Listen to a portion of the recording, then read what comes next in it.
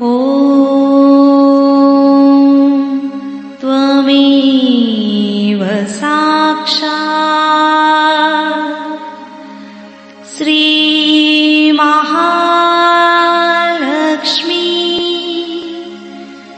महासरस्वती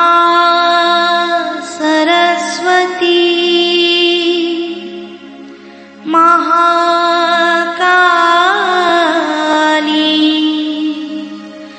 त्रिगुणात्मिका कुण्डलिनी साक्षात् श्री आदिशक्ति माताजी श्री निर्मला देवी नमो नमः। ॐ त्वमेव साक्षात् श्री कल्की साक्षात् श्री आदिशक्ति माताजी श्री निर्मला देवी नमो नमः। ॐ त्वमेव साक्षात् श्री कल्की साक्षात् श्री सहस्रार स्वामिनी मोक्षप्रदायिनी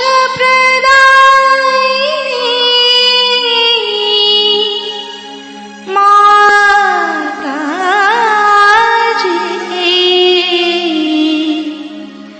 श्री निर्मला देवी नमो नमः।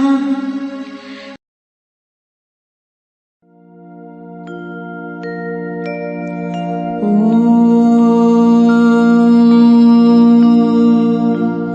तमेव साक्षात्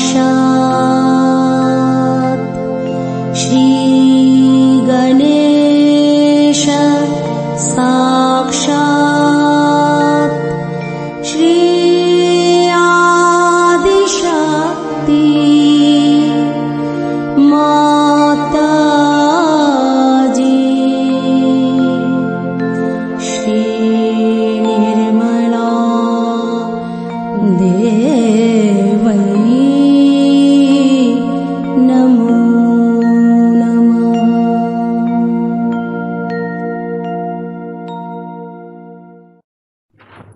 जय श्री माता जी।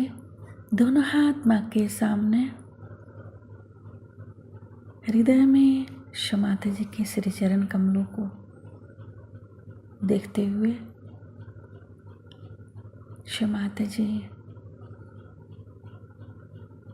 हम सबको क्षमा कर दीजिए, हम सभी अज्ञानी हैं। श्री माता जी कृपा करके हमारे इस हृदय को और स्वच्छ कीजिए ताकि आप यहाँ आ सकें।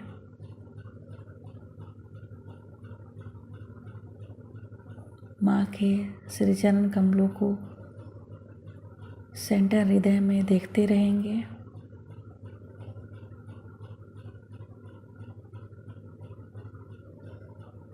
श्री माता जी कृपा करके हमें सभी प्रकार के भयों से मुक्त कीजिए।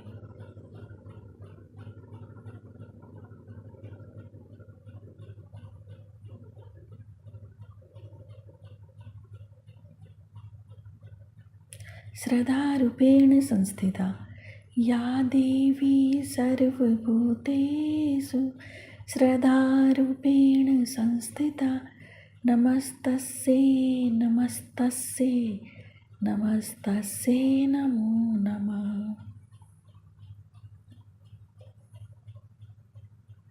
धीरे धीरे अपने संपूर्ण चित्त को दोनों हाथों पे बारी बारी 10 अंगुलियों को देखेंगे।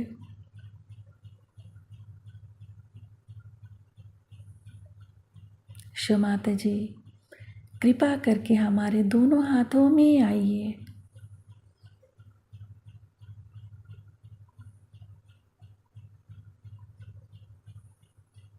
धीरे धीरे अपने संपूर्ण चित्त को राइट मूलाधार,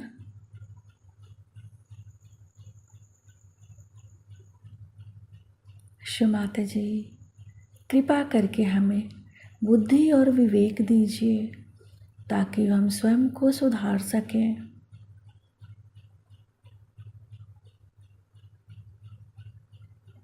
राइट मूलाधार पे शिव माता जी आप निश्चित ही राक्षस हंत्री हैं।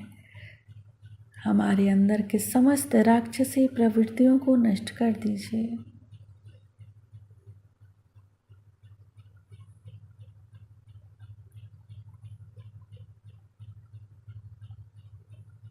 संपूर्ण चित्त राइट मूलाधार, शिव माता जी जो श्री गणेश जी का भक्ति समर्पण वही हमें भी प्रदान कीजिए।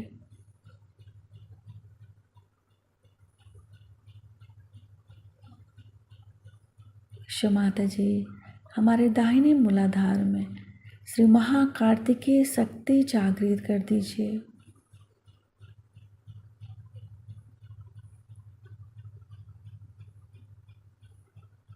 धीरे धीरे अपने संपूर्ण चित्त को राइट स्वादिष्ठान,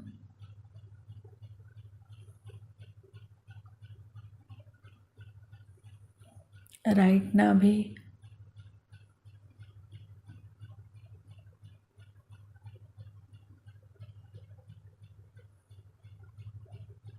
राइट हृदय,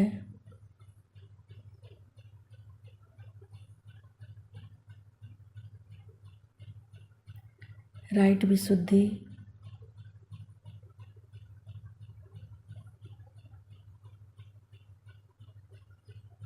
राइट आज्ञा, सहस्त्रार,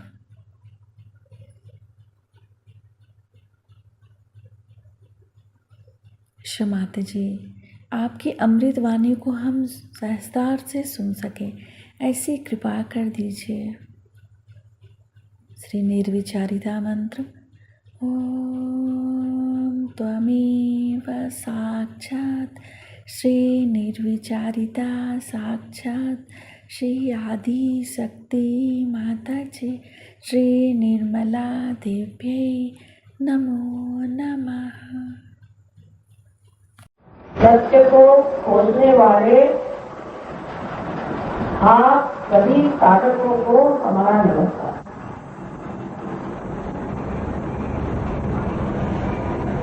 ये जान लेना चाहिए हमें कि सत्य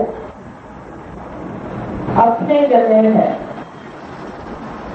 उसको हम अपने मन से बना नहीं सकते, अपने बुद्धि से समझ नहीं सकते और उसको जिस तरह चाहे अपने सूझबूझ के साथ बना बिगाड़ नहीं सकते। वो जैसा है वैसा ही।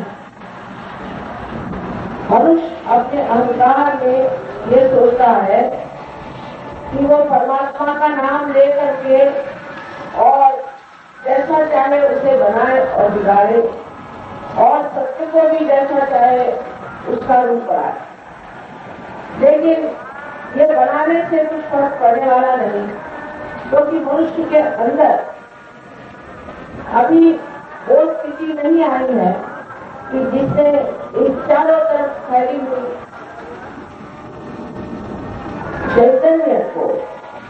चैतन्य की शक्ति को और रूप को जाना। उन्होंने ये नहीं जाना कि चारों तरफ की शक्तियां फैली हैं और इस शक्ति को महसूस करना, ये सबसे बड़ा शक्ति है। ये शक्ति संसार का सारा काम, सारा जीव कार्य, संसार को हर तरह से व्यवस्थित रूप से रखने में कार्यान्वित करती है। इतना ही नहीं, इसका संतुलन, इसकी परवरिश सारी ये शक्ति करती है। इसी को कोई रूप कहता है और इसी को कोई चैतन्य कहता है, इसी को कोई होली घोष कहता है। चाहे किसी भी नाम से पुकारे, ये शक्ति सीधा है, ये पहला सत्य है। और दूसरा सत्य ये है कि आप स्वयं, ये शरीर, बुद्धि, अहंकार आदि ये कुछ नहीं है, किंतु आप सिर्फ वो शुद्ध आत्मा है जो कि इस शक्ति को जान सकता है और इसको पूर्ण तरह से अपने अंदर संभाले सकता है। इस प्रकार इस शक्ति को प्राप्त करना ही मनुष्य के उत्थान का अंतिम चरण है। आज आप अमीबा से बन गए एक इंसान।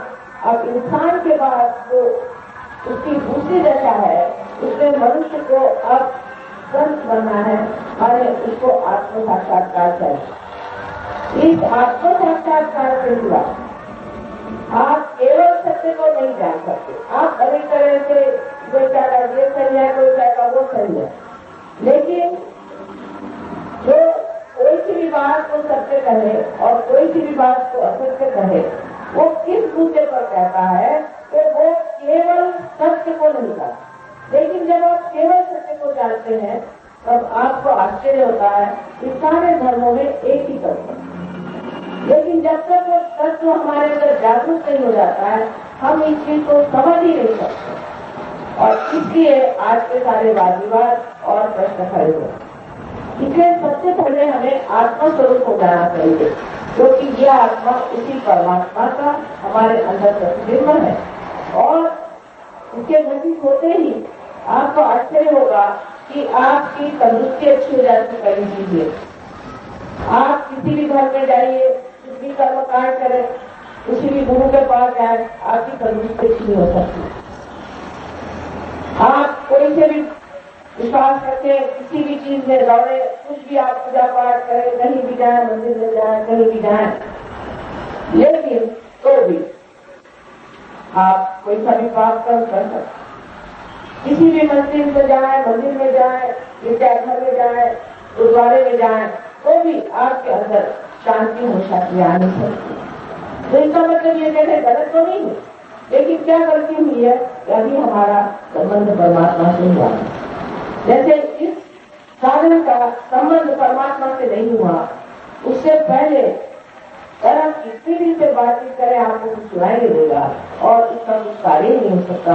इसी प्रकार जब तक मनुष्य का संबंध परमात्मा से नहीं हो जाता है, तब तक उसका ये सब बुलाना, जीतना, चिल्लाना सब व्यर्थ। जैसे कि टेलीफोन का कनेक्शन नहीं है और आप टेलीफोन पर बोले जा रहे हैं, परमात्मा तो आपको सुनेगा। फिर बहुत से लोग हमसे कहते हैं कि हमने तो इससे परमात्मा की भक्ति करी, हमने परमात्मा को आवाहन किया, हमने इतना सब कुछ परमात्मा के नाम पे किया। हाँ, लेकिन हमारे घर में तो सब परेशानी आई है, हमारे समाज में तो सारी परेशानियां हैं, तो परमात्मा है कि नहीं?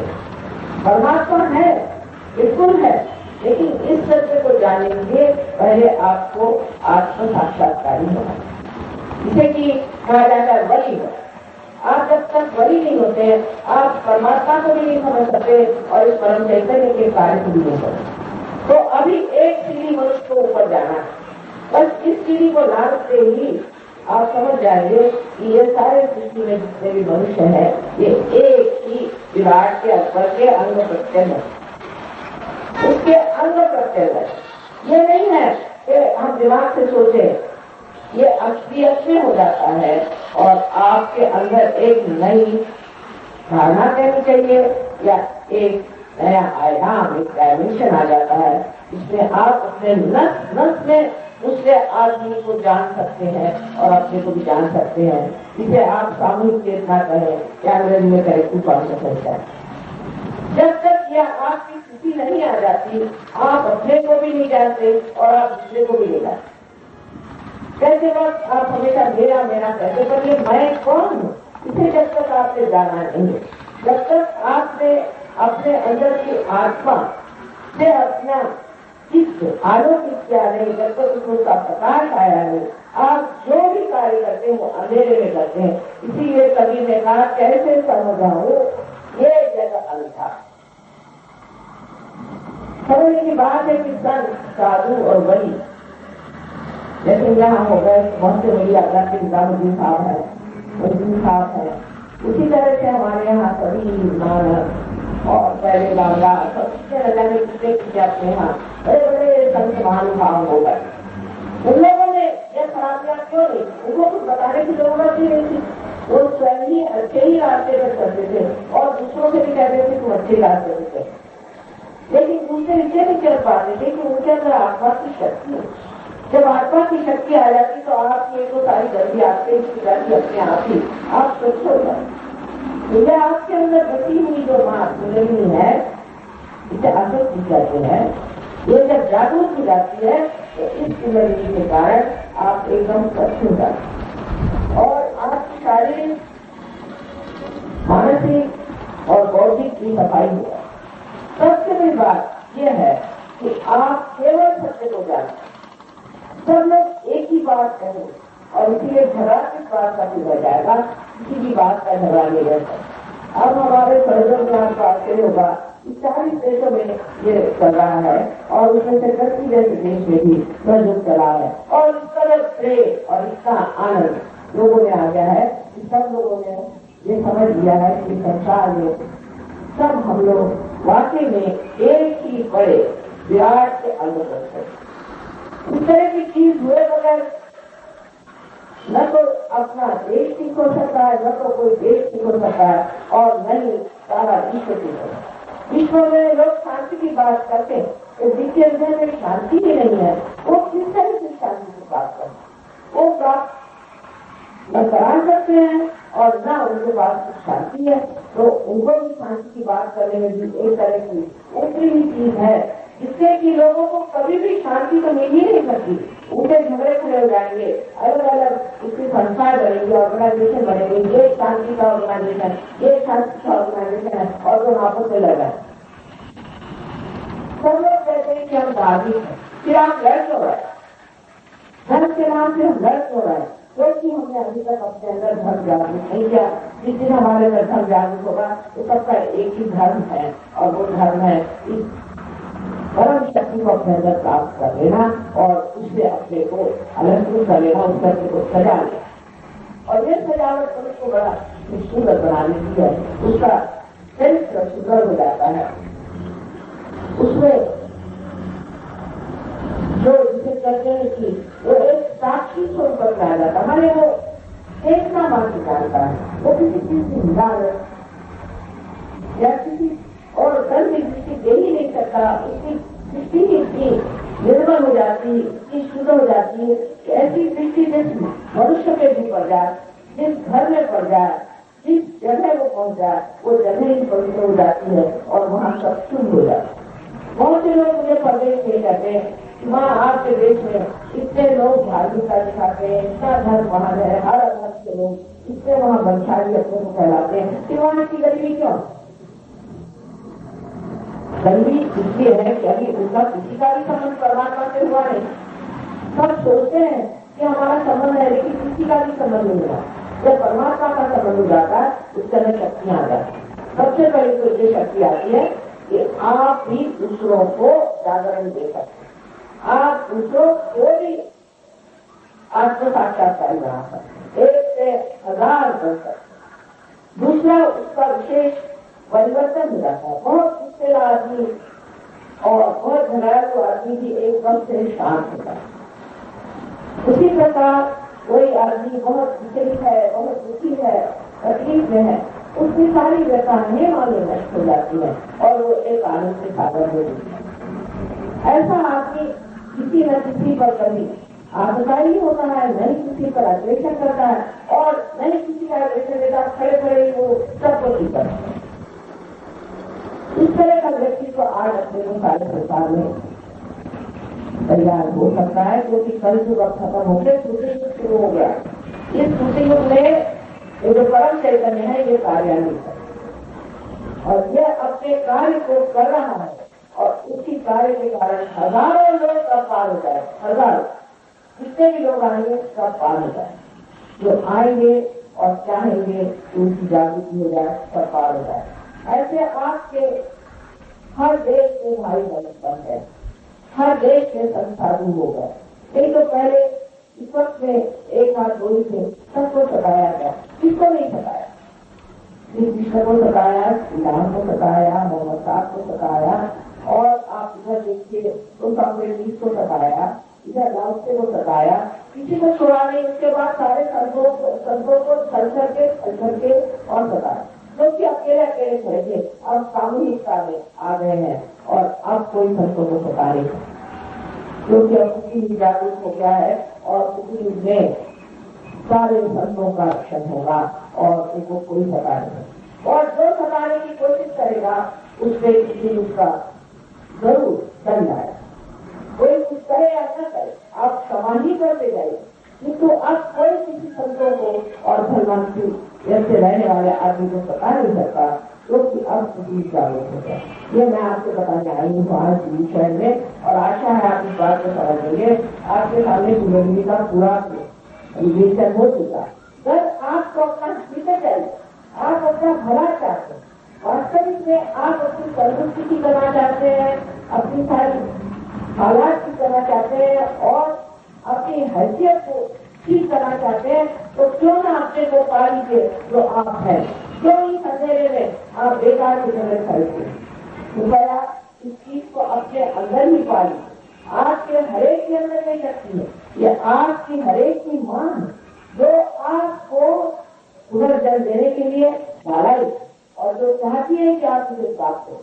सारे धर्मों का यही एक सार है कि तुम इस परम को पाओ, और उसका कोई भी मतलब नहीं लगता। अगर आपने परम नहीं पाया तो सब जीवन व्यर्थ है। तो ऐसे जीवन को व्यर्थ कर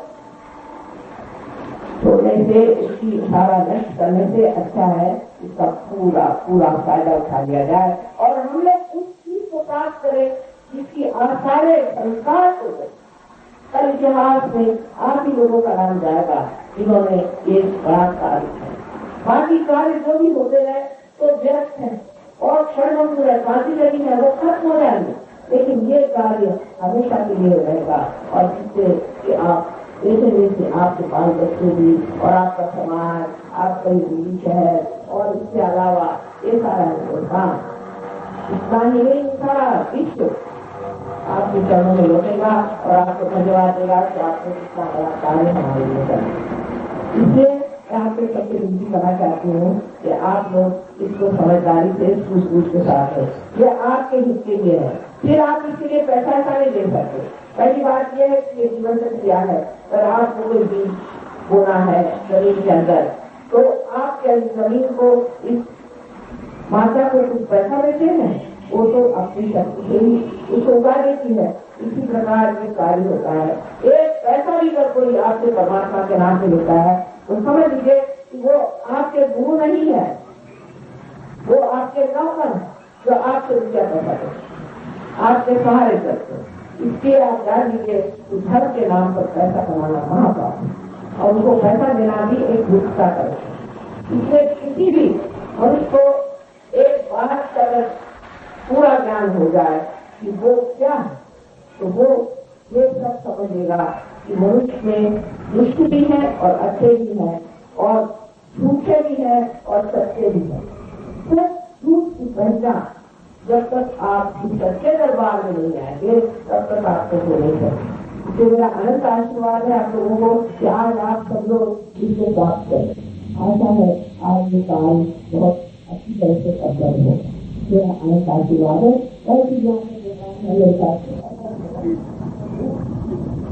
कल फिर आपको और बातें मैं बताऊंगी और आपको कोई प्रश्न हो आज उसे नीचे लाइएगा और वो यहाँ व्यवस्थापकों को दे दीजिएगा, मैं उसका जवाब आपको सब दे दूँ। लेकिन सबसे बड़ी बात यह है कि ये बिजली के विषय आपके दर्द विकल्प से नहीं हो रहा है। प्रश्न करने से उत्तर से नहीं होने वाला, क्योंकि उत्तर में सबका दे सकती हूँ, लेकिन उससे नहीं होने वाला। ये होने की बात है, जो होना चाहिए, जब तक ये होता नहीं तब तक आपका कहना या मेरा कहना सब कुछ व्यर्थ है। ये घटित होना चाहिए।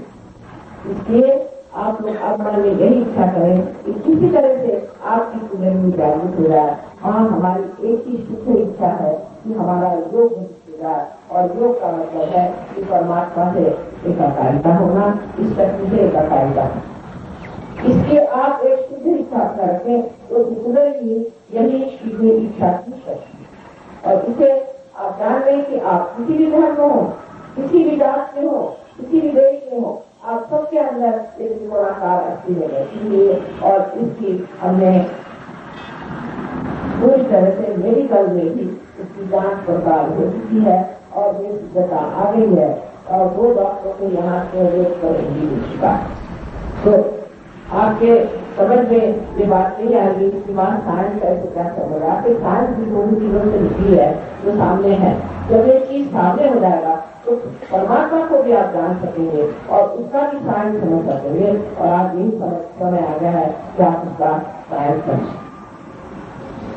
आप सबको आशीर्वाद है। अब हम इसका प्रयोग करेंगे, 10 मिनट और लगेंगे, लेकिन इसमें 2 शर्तें हैं। पहले तो बात आपको सोचना चाहिए कि दिमाग से बात निकाल दें कि आपने क्या गलतियां की, आपका क्या पिछला जीवन में कोई सा प्रश्न रहा हो, या कोई आपने जिसको कहते हैं पाप किया हो, या आप सोचते हैं कि आपने कोई गुस्सा करी हो, तो उसका अभ्यास आप भूल जाए। इस वक्त आप वर्तमान में, इस वक्त आप बैठे जैसे तो बैठे, इसको आप प्राप्त करें। और दूसरी बात और इससे आप पूछ जाए कि आपको किसी से सताया है, आप सबको एक साथ क्षमा करें। आप मन से एक साथ क्षमा करें और ये कहें कि मैंने सबको एक साथ क्षमा कर। ये 2 शर्तें हैं सिर्फ, और ये न कहना ये कठिन बात है। वास्तविक आप किसी को क्षमा करें या न करें, आप कुछ नहीं करते,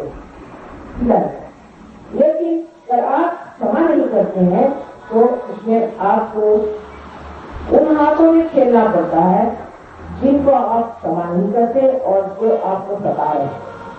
इसलिए बेहतर है कि हम सबको एक साथ जैसे क्षमा करें, उसको ये न जोड़े कि हमें किसे क्षमा करना है, किसे नहीं करना। ये 2 हमारी शर्तें हैं कि हमने ये दोष किए और ये किए हैं, ये न सोचना है, इसका दोषी अपने ऊपर नहीं देना है। और दूसरी बात ये है कि हमें सबको क्षमा करना है।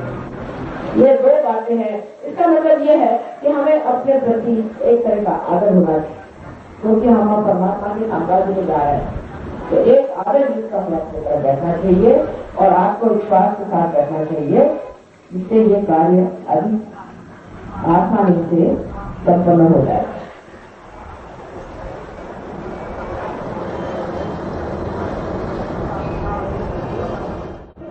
ये तो जीवन से क्रिया है, तो किसी पर इसकी जबरदस्ती तो पूरी नहीं है। जो इसे मांगेगा वही इसे पाएगा। जबरदस्ती मैं किसी पर नहीं कर सकती हूँ, आपकी स्वतंत्रता का पूरा मान है। इसलिए आप ऐसा करें कि जिसे यहाँ बैठना है बैठे और नहीं बैठना है तो चले जाए, क्योंकि किसी से जबरदस्ती हो नहीं सकती। और 10 मिनट का काम है, इसमें कोई भी आपको तकलीफ नहीं होगी। ये बेकार की बातें लिखी हुई है कि कुंडलिनी से लोगों को तकलीफ होती है, ये सब आजकल के आधुनिक काल में लिखी बातें हैं। पुराने जमाने में ऐसा कहीं नहीं लिखा था। ये तो आधुनिक काल में लोगों ने कुछ लिखा हुआ है, जिससे आप परमात्मा की ओर लगाए। तो कृपया आप लोग इस चीज को समझे, इसमें कोई आपको तकलीफ नहीं होगी। हाँ, हो सकता है थोड़ा हाथ में गरम गरम महसूस हो, पर थोड़ी देर में आप देखेंगे कि आपके हाथ में ठंडी ठंडी हवा लग जाएगी और आपके चलने से आप खुद ही देखेंगे कि कूलर की ठंडी ठंडी हवा लग जाएगी। उसके बाद आप देखेंगे कि आपके विचारिता आ गई, एकदम आप शांत। और उसके बाद जब आप इसको इस्तेमाल करना शुरू करेंगे तो आप आश्चर्यचकित होंगे कि आप जो इतना कुछ पाए। इसकी वजह ये है कि आप अपने बारे में जानते ही नहीं क्या। आप तो अपने को यही सोचते हैं कि हाँ मैं दूसरे के इंसान जैसा एक इंसान मात्र हूँ, नहीं, ये बात नहीं। आप बहुत शक्तिशाली है और उस शक्ति को आपने अभी तक आज जाना नहीं, उस शक्ति को आप जान लीजिए और उस देश की शक्ति को जब आप जान लेंगे तो आप आश्चर्यचकित होंगे कि आप कितने ऊंचे पहुंचे हुए हैं। तो अब हम लोग इस कार्य को करेंगे और जो लोग जमीन पर बैठे हैं उनका तो कोई प्रश्न नहीं है, लेकिन जो जमीन पे नहीं बैठे हैं और जो कुर्सी पे बैठे हैं उनको चाहे कि दोनों पैर अलग कर राइट होंगी, क्योंकि कोई दूसरा का कोई दूसरा का है। इसे जस्ट मतलब ये हाथ आपके जो करे, इसका मतलब ये है कि आप चाहते हैं कि आपकी कुंडली जागरूक हो जाए और आप योग को प्राप्त करें। बस ऐसी चल रहा है। आप दूसरा हाथ इससे हम क्रिया करेंगे, इससे हम इच्छा करते हैं और इससे हम क्रिया करते हैं। और दूसरा हाथ आप हृदय पे रखें, सब लोग कृपया हृदय पे रखें। हृदय में आत्मा का वास है, लेकिन उनका पीठ माने उनकी पीठ यहाँ पर ब्रह्मरंध्र पे, जहाँ बचपन में तालू ऐसे सिद्ध स्थान था, एक गर्म स्थान था जिसे हम तालू कहते हैं, वहाँ पर उनका पीठ तो हृदय में पहले हाथ रखता है। उसके बाद यह हाथ हम पेट के लेफ्ट साइड पर, सारा काम लेफ्ट साइड पर करें, लेफ्ट साइड में ऊपर के हिस्से में रखें।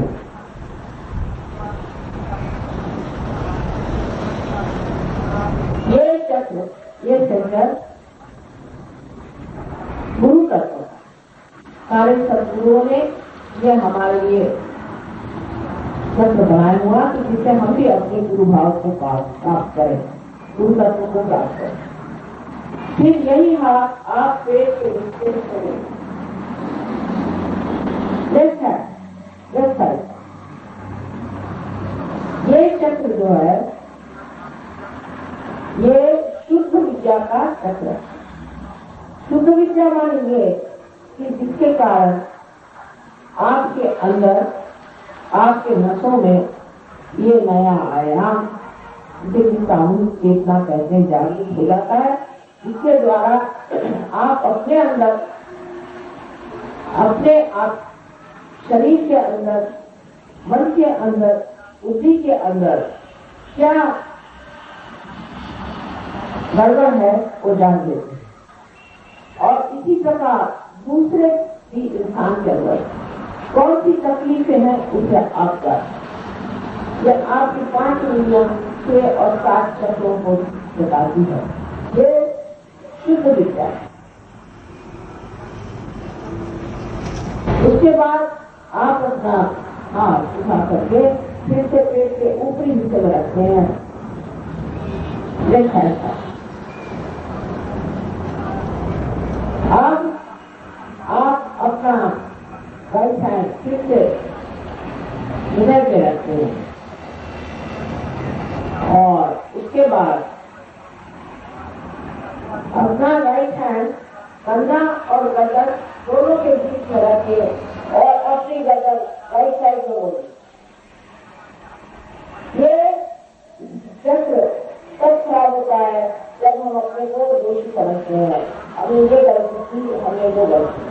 जब हम इस तरह की बात सोचते हैं कि हमने ये गलती की और वो गलती की, तो उससे हमारे अंदर ये जो चक्र है उसकी खराबी आ जाती है और इसके खराबी के कारण हमें ऐसी ऐसी बीमारियां हो जाती हैं जिसे स्पॉन्डिलाइटिस कहते हैं या जिसे अंजाना कहते हैं।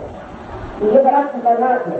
इसलिए किसी को ये नहीं सोचना चाहिए कि मैं दोषी हूँ और मैंने ये गलती। आज सामने से ले पीछे से ऐसे आते ऐसे और ऐसा भी करना।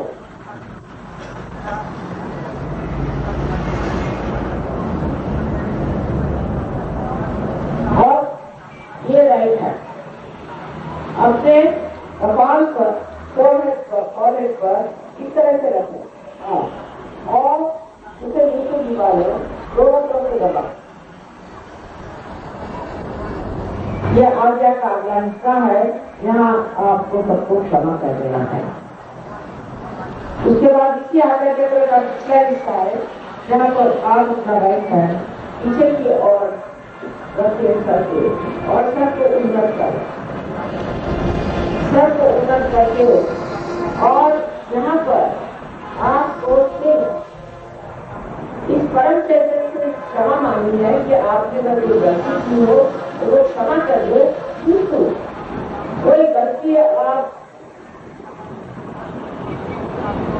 उसको जानने की, बताने की, जीने की जरूरत नहीं, सिर्फ अपने समाधान के लिए आप ये कहना है।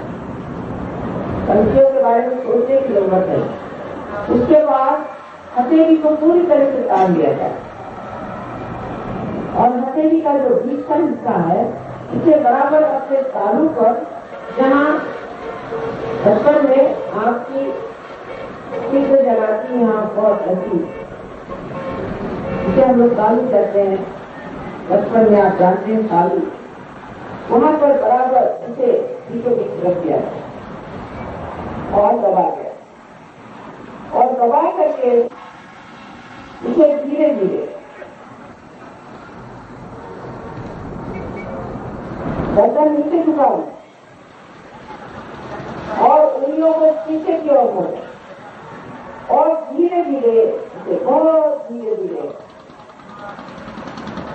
इसे आप 7 मरतबा घुमाएं। वो भी घड़ी से काटे दे, आपको नहीं, एक चाल हमें चमड़ी को दो, धीरे धीरे उंगलियां बाहर की ओर ज्यादा ये बगैर दबाव नहीं आएगा, खूब दबाव था। ये बहुत जरूरी है, सर को नीचे झुका के करें, बस इतना ही करने का है। अब आप लोग आंखें बंद कर लें, चश्मे भी उतार लें। जब मैं कहूंगी तभी आप अपनी आंख खोलिएगा, चश्मे भी उतार लें। अब आप लेफ्ट हैंड मेरी ओर करें और राइट हैंड इधर पे रख लो,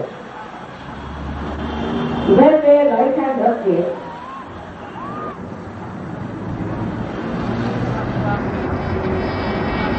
आप आंख बंद करके मुझसे एक सवाल अपने मन में, जोर से नहीं, अपने मन में 3 बार पूछे। मुझे आप माँ कह सकते हैं, श्री माता जी कह सकते हो। माँ, क्या मैं आत्मा हूँ? ये सवाल 3 बार पूछे। माँ, क्या मैं आत्मा हूँ?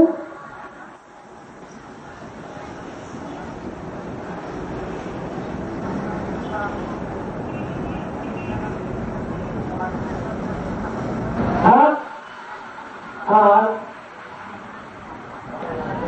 ये जान लीजिए कि जब आप आत्मा है तो आपके आत्मा के प्रकाश में आप अपने भी हो जाते हैं। इसलिए अब अपना राइट हैंड पेट के ऊपरी हिस्से में लेफ्ट हैंड साइड में रख के दबाएं और एक सवाल 3 बार अपने मन में पूछें।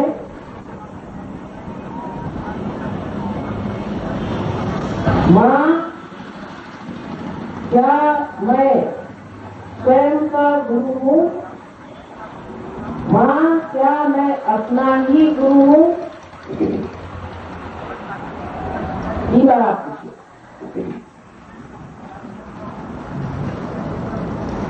राइट हैंड पेट के नीचे हिस्से में लेफ्ट हैंड साइड में रखें और यहाँ ये जान लीजिए कि मैं आप पर जबरदस्ती नहीं कर सकती हूँ और जबरदस्ती आपको शुद्ध विद्या नहीं दी जा सकती। इसलिए आप 3 बार 6 बार, क्योंकि इस चक्र में 6 पंक्तियां, 6 बार ये कहें कि माँ, मुझे आप शुद्ध विद्या दीजिए। माँ, मुझे आप शुद्ध विद्या दीजिए। ये कहें 6 बार कहें। 6 बार इसलिए क्योंकि इस चक्र में 6 पंक्तियां हैं।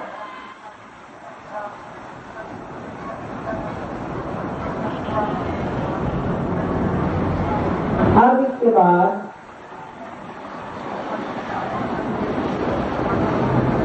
कुंडली की हलचल शुरू हो जाती और कुंडली ऊपर की ओर चल रही है, तो अपने चक्रों को हमें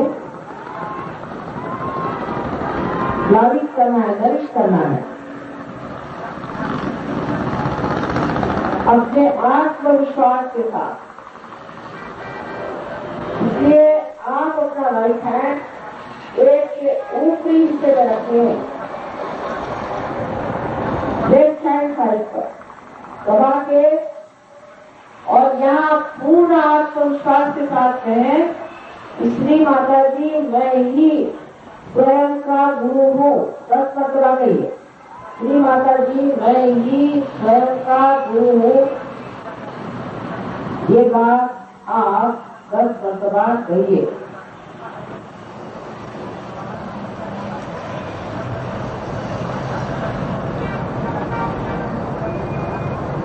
अब आप जान लीजिए कि न तो आप ये शरीर, न ये बुद्धि, न अहंकार, न ये मन, ये उपाधियां हैं, किंतु आप स्वयं शुद्ध आत्मा हैं। ये आपका महान सत्य है। इसलिए अब आप अपना राइट हैंड हृदय पे रखें और पूर्ण आत्मविश्वास के साथ 12 मरतबा कहें, श्री माता जी मैं शुद्ध आत्मा हूँ। 12 मरतबा कहें।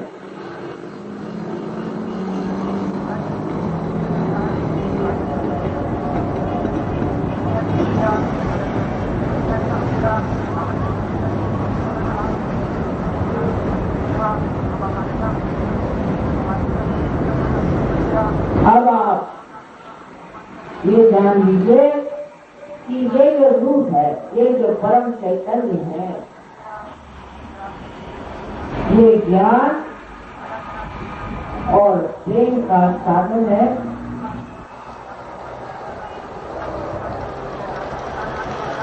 ये शांति और दया का सागर, पर सबसे अधिक एक क्षमा का सागर। और आप कोई ऐसी गलती कर ही नहीं सकते जिसे ये अपने अंदर नहीं समा सकते। इसलिए आप अपने को पहले पूर्णतः क्षमा करें, अपना जो पिछला हो गया वो भूल जाए, अपना भूतकाल भूल जाए और अपना हाथ राइट हैंड कंधे पर रखें, लेफ्ट हैंड मेजर करें, कंधा और गर्दन के बीच में जो कोण है उससे रखें और धीरे धीरे अपनी गर्दन राइट की तरफ मोड़ दें। यहाँ पर पूर्ण आत्मविश्वास के साथ आपको कहना होगा, श्री माता जी मैं बिल्कुल दोषी नहीं हूँ।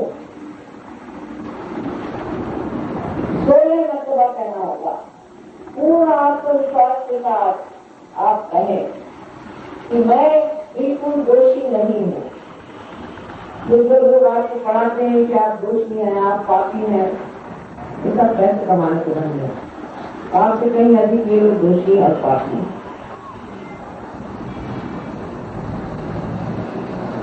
इसके बाद आप जान लीजिए कि आप किसी को क्षमा करें या न करें, आप कुछ नहीं करते। किंतु अगर आप किसी को क्षमा नहीं करते हैं तो आप दूसरों के हाथ खेलते हैं, अपने को सताते हैं, उस आदमी को नहीं जो आपको सताना चाहता है, इसे आपने क्षमा नहीं। इसलिए आप पूर्ण हृदय से कहें कि माँ हमने सबको एक साथ क्षमा कर दी। अपना हाथ अपने कपाल पर रखें आराम और सर झुका लें ऊपर पूरी तरह से और दोनों तरफ से दबाए और अब कहें हृदय से, जितने बार की बात है हृदय से कहे, ठीक से कहे कि माँ मैंने सबको एक साथ क्षमा कर दी, माता जी मैंने सबको एक साथ क्षमा कर दी। अब किसे क्षमा करना है किसे नहीं करना है कुछ सोचना है।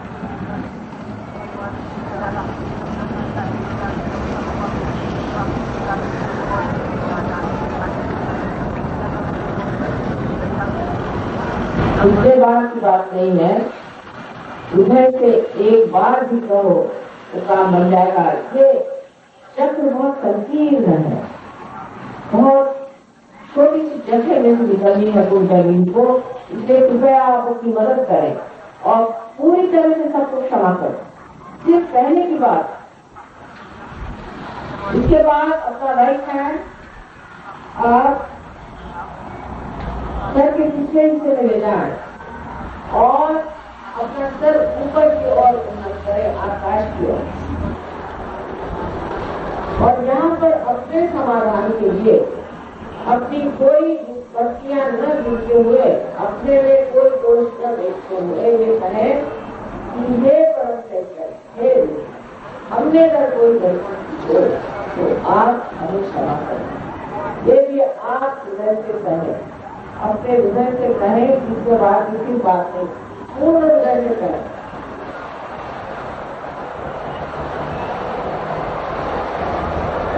अब हाथ की हथेली को टान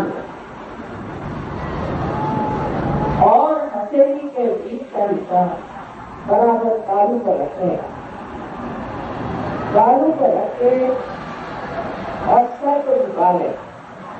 ये सबसे महत्वपूर्ण काम है।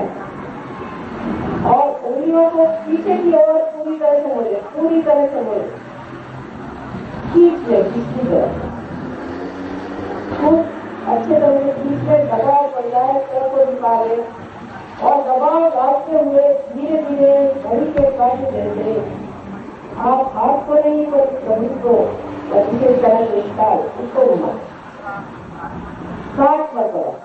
अब फिर मैं आपकी स्वतंत्रता का मान रखते हुए कहती हूँ कि आपको जबरदस्ती आपके साक्षात्कार नहीं जाना चाहता, इसलिए आप 7 मरतबा अपने हृदय से कहें कि श्री माता जी मुझे आप आत्म साक्षात्कार दीजिए। ये आपको कहना होगा 7 मरतबा, तभी ये कार्य हो सकता है।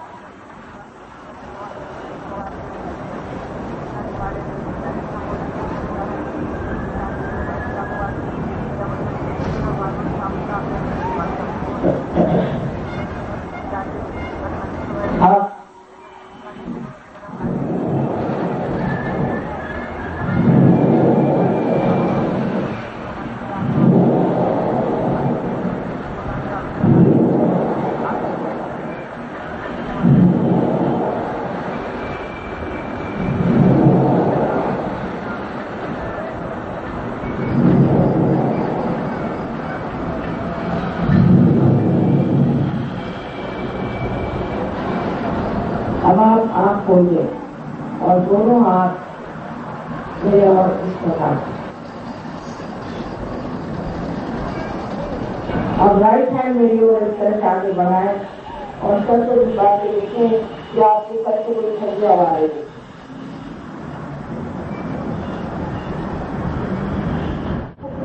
देखें कि आपके सर से कोई ठंडी हवा आ रही है।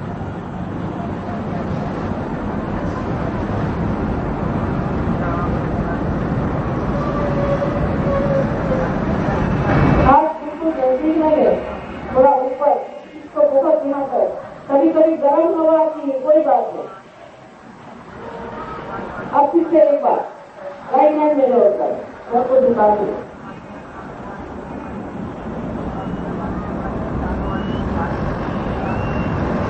और दोनों हाथ आप आकाश की ओर कर।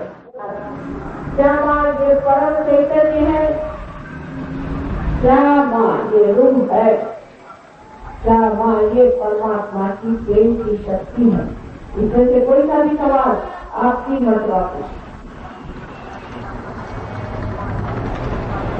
अच्छा, अब आप लोग धीरे धीरे हाथ पीछे और मेरी ओर इस तरह से हाथ, मेरी ओर देखे, विचार न करती। पहले विचार समाधि काफी होती है।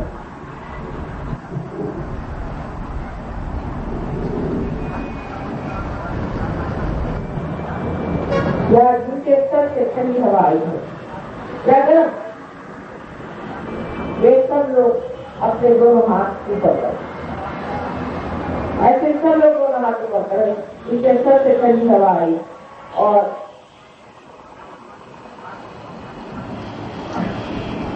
आप तो सभी लोग मान गए, मेरा आप सबको नमस्कार। लेकिन आपने सोच विचार से नहीं पाया है, दस मिनट से नहीं पाया, इससे आप शांतिपूर्वक मौन रखते हुए आप लोग घर जाए और सोचें कि कल से आप आए तो अच्छी तरह से सब मामला खिलाए। आपके जो मित्र हैं, आपके पहचान के लोग हैं, उन सबको खबर करें, सब लोग कल आ जाएं।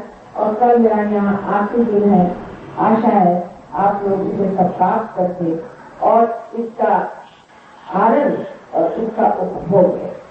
आप सबको अनंत आशीर्वाद। और जिसे नहीं भी आज हुआ है वो कोई बात नहीं, उसे कल मिल जाएगा।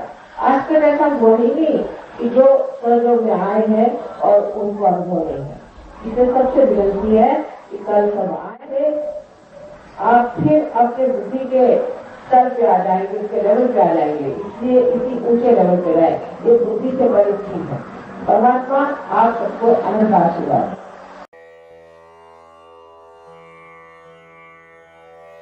भवानी दयानी महावाक्यवाणी।